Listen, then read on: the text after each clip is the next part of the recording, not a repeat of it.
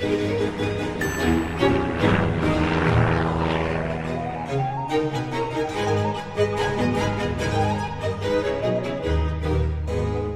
you know, Jay's traveling glass is back. A lot of people don't know this, but the first winemaker to make Golan Heights wines was a fellow named Peter Stern. We're about to talk to Peter about the new incarnation of Gamla wines. Peter's really a great winemaker and a great guy. So without further ado, Peter, tell us about Gamla in your own words.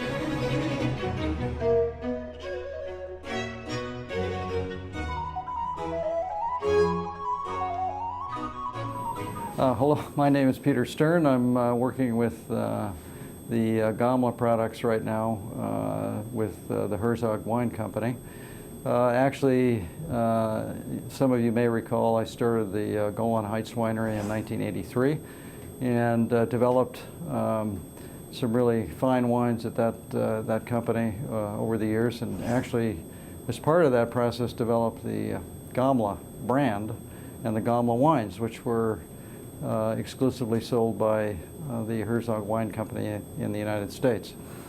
A few years ago, it was decided to make these wines once again, and so I've been working on this project for the last year and a half, developing Gamla wines that I remember back in the mid-'80s, coming from specific vineyards, high-quality vines, high-quality product, high-quality fruit.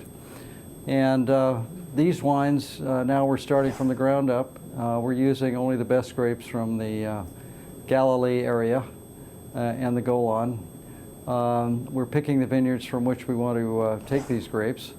Of course, fermenting them all separately and aging them in French barrels. So in this case, basically we're starting with somewhat of a clean slate, but stylistically we're looking for New World style wines. That is very good balance between fruit character from the fruit itself, of course, and then wood character from the barrels.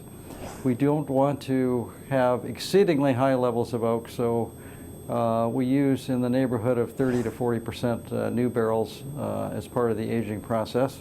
So when these wines enter the market, you'll find them, in this case, very, very deeply colored. They're from the 2009 vintage.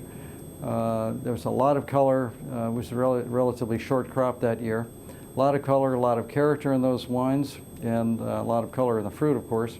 The interesting thing is the fruit characters are, in the Cabernet, definitely those familiar with New World Cabernets, a lot of cherry berry character, and a little bit of pyrazine, or we call it green pepper on the side, which really points it out as Cabernet Sauvignon. You'd like to see that character.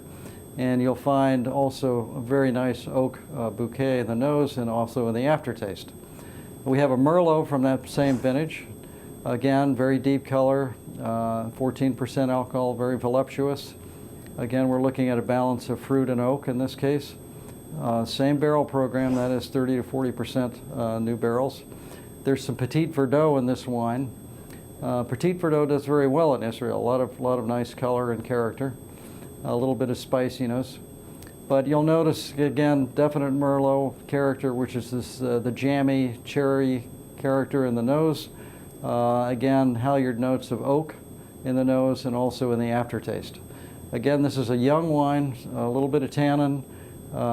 These wines are going to be not only drinkable today with food, but of course you can actually lay them away for a year or two and really let them develop as they will with the level of tannin they have. So anyway, that's the program. We have additional wines coming, but these are the first two wines that you'll see on the market.